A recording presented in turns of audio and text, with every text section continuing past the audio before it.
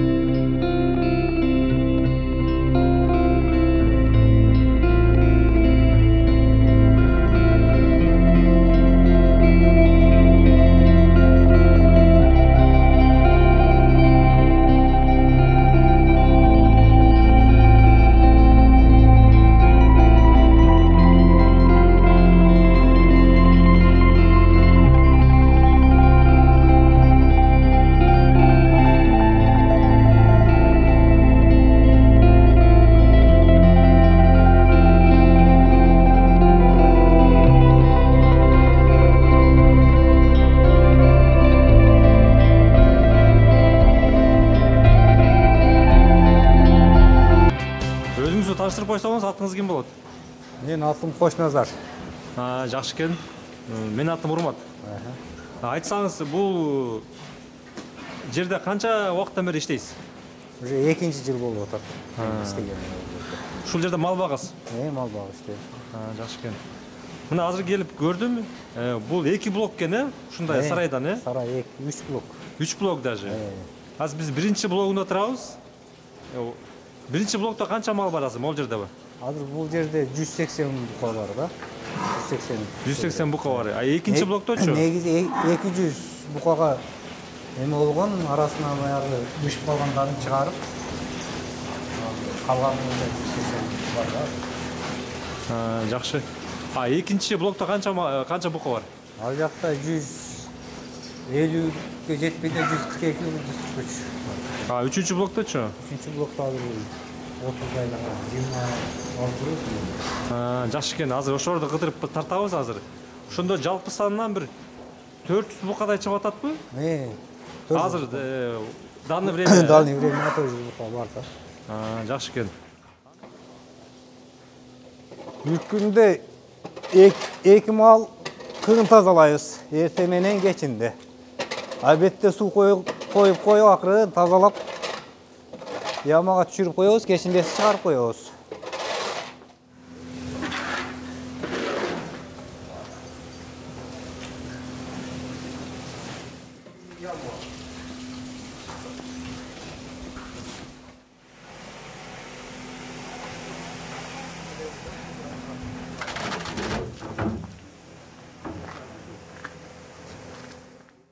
Жер семирткич өздөрүнөн чыгат да, мындайча айтканда. Бир айда 2 жол тазалайт, жок дегенде 10 машинадан, ар бир тазалаганда 10 КАМАЗдан кык чыгат. Мына букаларды карасаңыз, өңү кызгылт экен, Айтып өтсөңүз, бул эмне болгон порода? Бул российский порода, Россиядан алынып келинген, Гельфорд деген эт багытындагы букалар да. Эт багытында? Эт багытындагы букалар. Бул букалардын жашы канча? Булардын жашын мен точно билбейт экенмин. 2 жаштан өйдө да. 1,5-2 жаштан өйдө. Булар жарап калдыбы саттыкка? Могу бирөө карасаңыз, бул бука арык экен, бул бука семиз экен. Эмнеге? Бул букаларда да баягы адам арык семизи болуш болот да. Кээ бирки бул букалардын эмеси бойго кетет экен дагы. Семириши biraz кыйыныраак болот. Булар 1 жылдан өйтүп, анан уже толот экен да. Şu et багытында деп ойлойм. Эт багытында? Эт багытында этти көп берет. Местнийлер бар, местнийлер эми буларга караганда аз. Булар кандай өзгөчөлүгү мындай? Бат бат семиреби? Бат чоңоёбу же обычный эле букардай элеби? Өзгөчөлүгү кандай? Булар местный букаларга караганда көп жейт. Көп жейт. Көп жейт. Оозуна кирген жей берет. Тандабайт да. Анан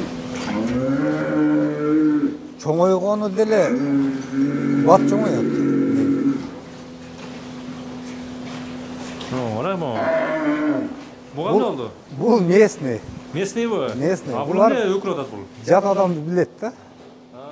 Могу карап жүргөн адамдан сырткары баягы жат киши кирген болсо ушу өкүрүп, кыйкырып, жулкунуп эметет. Булар местныйлар. Булардын киргениге да бир 6 ай болуп калды, уже булар асты бышы даяр болуп калды. Ооруган учурлар болобу малдын арасынан? Мал болгондон кийин сөзсүз болот. Себеби жаңы келген мезгилде бул малдын түйшүгү да кыйын. Жаңы киргизгенибизде сразу эле эмдөөдү баштайбыз да. Вет врачты жаңы яшурга каршы жанагы 3-4 уколдорун алдырабыз эмдеп. Анан ошонун арасында баягы оору бар эмелер уже ооруйт. Анан эпте бул ушул эмеге жеткиргече азабы чоң.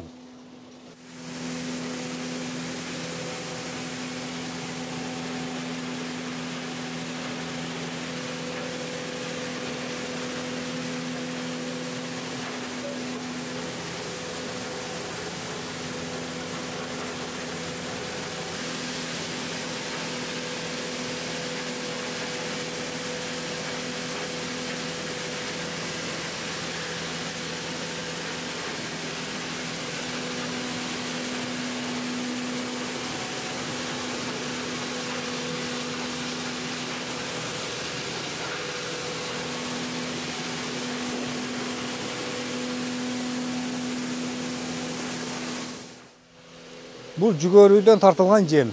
Кашаны менен тартылат. Эрте менен таңкы саат 5-те беребиз, кечки саат 5-те. Ар бир букага мындай средний алганда 3,5 килограммдан салабыз да, 3,5 килограммдан. Бул жүгөрү ма, нактылай жүгөрү.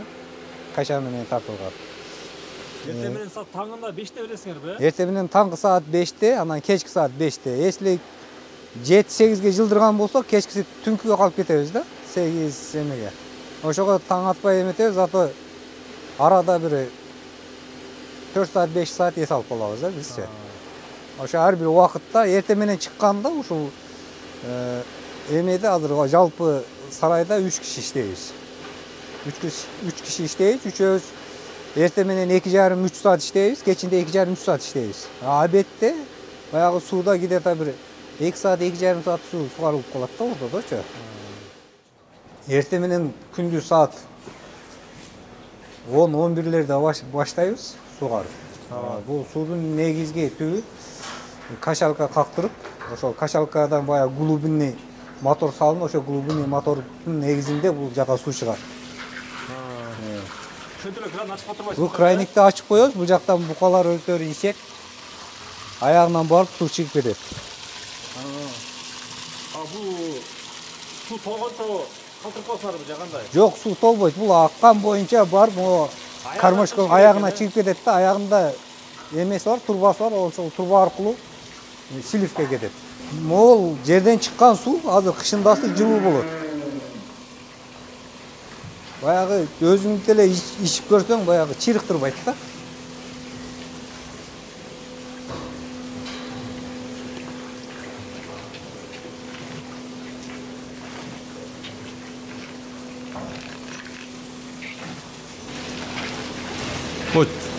Çöp жөнүндө маалымат берсеңиз, чөптү кандай бериш керек, эмне алыш керек?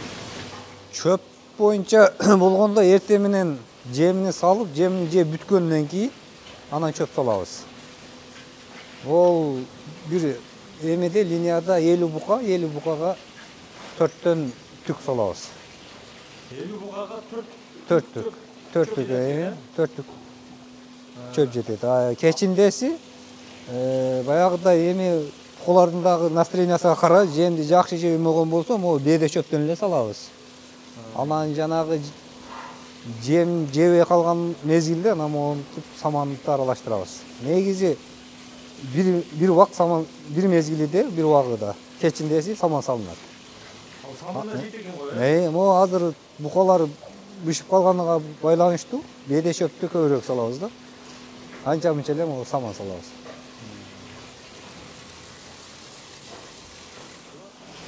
Бул жерден вентиляция коюп коюпсуздар да. А бул кандай? Бул жайкысы салкындап турат. Жайда салкын болот, э? Жайында күн ысып, букаларды ысыйт да, айрыкча семиз букалар тербеп кыйналат. Ошол мезгилде иштетебиз жайкысы. Булар букалар ушу байлаган боюнча эле тура берет, э? Ооба, байланган боюнча. Эртең кечке байлаган боюнча турат да, туурабы? Булар бошонсо эте эме болот. Же могул местный букаларга караганда булар ачылуу болот да. Адамды жанагыдай сүзүп өтүп кетет. Өтө аба эhtiyаттык менен карайбыз да булар. Ачууга тийип койсоң, буну кармаш кыйын болот. Российский букалардын өзгөчөлүгү ошол да. Булар местный букалар экен, э? Булар местный букалар. Булар күзүндө кирген. Октябрдын башында. Агрени күчө эме болуп калды.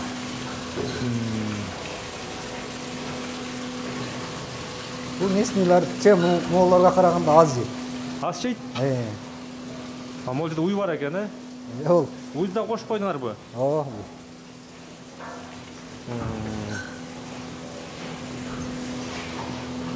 Ушунда айтып өтсөңүз, бул местный бука бат жет элеби? Же бул Россиядан келген порода бат жет элеби? Кайсынысы бат жет элет экен? Менин оюм боюнча местный букалар бат семирет. Местный букалар бат семирет. Себеп булар местныйлыктанбы кандай эме, моолар октябрда кирген, уже нормально болуп калды. Дагы 2 ай 3 айда чемпион өшүп калат да. Октябрда келген, ушул айдын октябрында келген да. Ушул жылдын октябрында келген. 2021-дин октябрда келген. 2021-дин октябрында келген. Кандай болуп келди эле булар? Кичинекей Булар муз болуп келген эмес да, туурабы?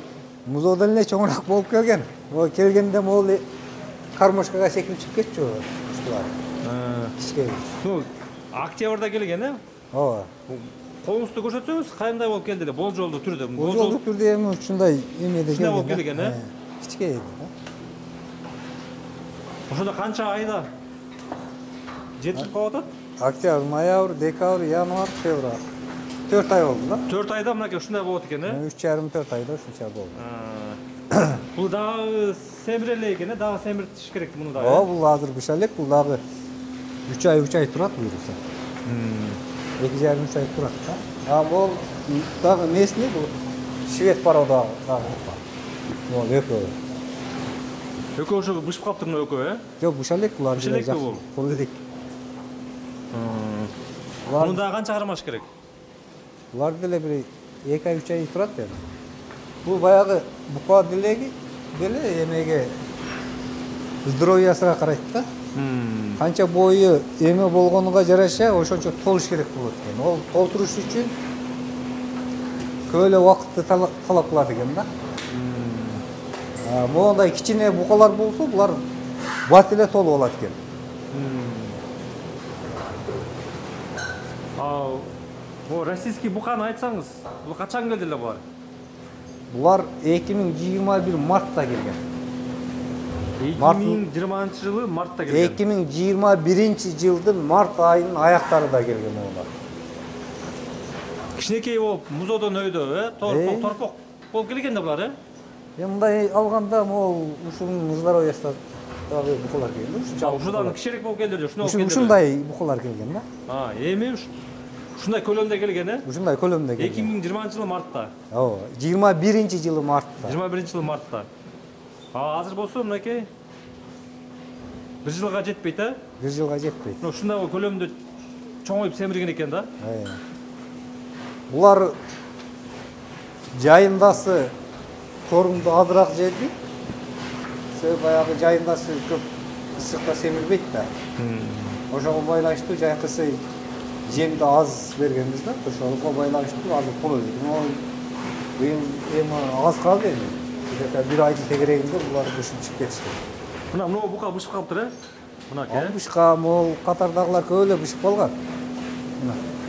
Могу мен көрсөткөн букачы. Оюңузда канча бир килограмм салмак берет? 350'den öyle berет деп ойлойм.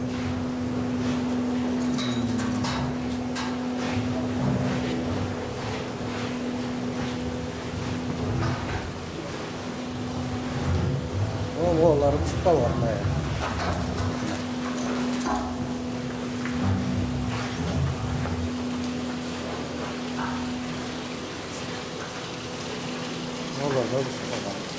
Олар майда келген. Көтө. 2021 майда келген.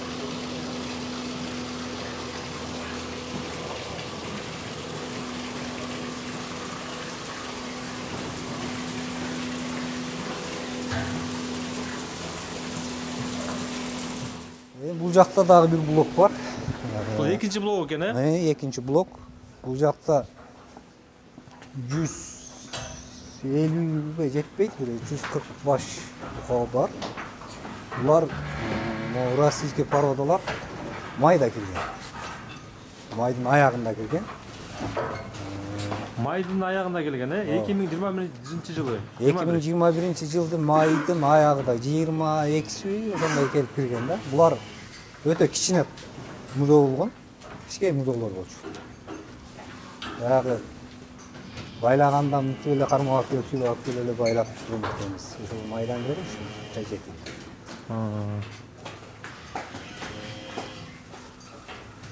Бул сарайдын өзгөчөлүгү жайкысы салкын болот. Кышкысын жылуу болот. Үстүнө монтип пенопласт менен акчалайт этип, мындай эметип салынган сарай да. Жана биринчи блокто эмнеге онун үстүнөн пенопласт көргөн эмесмин да биринчи блокто. Экинчи блокто бар экен да, эмнеге аны өчүрүп койгон? Биринчи блокко успеть этпей калган. Кеч күз болуп, почти декабрдын аяктарында жүкөр эметип акчалайт экенге успеть этпей калган. Мону жайындасы салынган. Акчалайт этип успеть этпей калган. Бул деле жакын быйылгы 2022 жылы айда жатышаттар. Булар болсо местный букалар экен, местный. Булар кичирээк экен, Булар кичине. Бул Гельфордко караганда кичирээк экен, булар кечирээк келгенби? Булар октябрда келген.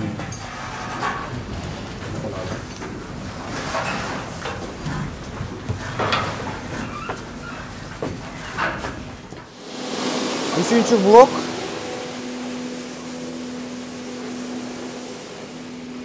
Bu da üçüncü blok. Bu jakta da. Üçüncü bloka geldik, Üçüncü bloka geldik. Bu yer, Çakar eken üçüncü blok. bu yer, Çakar eken içi. bu 80 başka layıktalgan eme saray. Вообще 80 baş, толықта 80 baş kirет. 30'un tekeregi de buka var. Buldagi российский parodadagi Гельфорд. Bunlar уже dayar. Çıkarganга. Bu уже сатыкка, согумга даяр экен. Bular dayar. Bular Баары даяр бу могул жердеги. Bulardan var. Баары даяр бу. 26 26 buka болуш керек bu жерде. Бардыгы dayar уже. Четтен чыгарсак болот. Азыр монда бир бука бошонуп алыптыр. Бар жокту чачып. На место. Место. Место.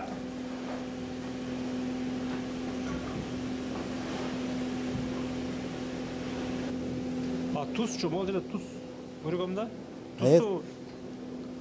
Туз эми постоянно эле жана кара туз, таш туздар. Ал постоянно эле астында болот. Азыр бир жуманын тегерегиде болуп калды. Туз түгөнүп калып, азыр пока туз жейлектер. Постоянно болот да таш туз астында. Сугарганда алып коебуз. Кайра суу ичип бүткөндөн кийин акырга салып коебуз. Могул жерде вытяжкалар бар экен да. Үчүнчү блокточу, башка блоктарда мындай вытяжка жок. Вытяжка эмне болуп койдуңар эле? Бул баягы жипти тартып чыгып кеткен кетиш үчүн. Жыттыбы, Ооба.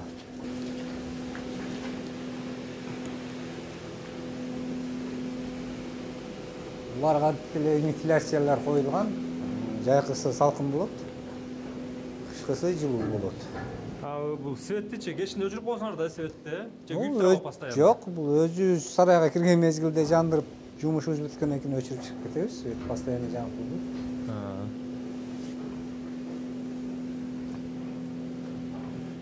Могул жерде жем чөп постоянно туруш керекпи акырдын ичинде? Жок, андай эмес. Айттым го, эртең менен саат 5те жем салып, жем жеп бүткөндөн кийин чөбүн салабыз да, астын тазалап, тыгын чыгарып салабыз. Ошол менен күндүз саат 11-12лерде уже эмеси сугар баштайбыз. Жок, биз жана айылдан кой семиртип калдык да. Анан кийин ошол жем чөө акырдын ичинде постоянно болор эле да, үзүлбөйчү. А бул буканы кандай эмеспи? Жок, букада андай болбойт. Букада жемди көбүрөөк салып ийсең, өзүнүн эмесиден, ченеминен көбүрөөк салып ийсең, бука жебей коет. Жем да чөп да бир 3 күн эчтеке жебей коет. Суудан башка эчтеке эметпей коет. Ошон үчүн бир калыпта, бир эмеде постоянно жем берип турабыз. Урматтуу менин каналымдын көрүүчүлөрү, мына биздин видеобуз соңуна чыгып атат. Мен ылы жака фермер байкебиз Абылкасым байке номерин калтырып коем.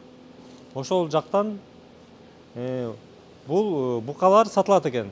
Мына тирүүлөй сатылат экен. Кыргызстан Арагандай областынан келип, тукум улаганга келип алып кетишет экен. Российский порода. Мынчы келип алып кетсеңиздер болот экен. Андан тышкары согумга дүң баада эт сатылат экен. Ошол номерге чалып байланышып такташып алыңыздар. Мейли эми менин каналыма жазылыңыздар, катталыңыздар, жакшы туруңуздар.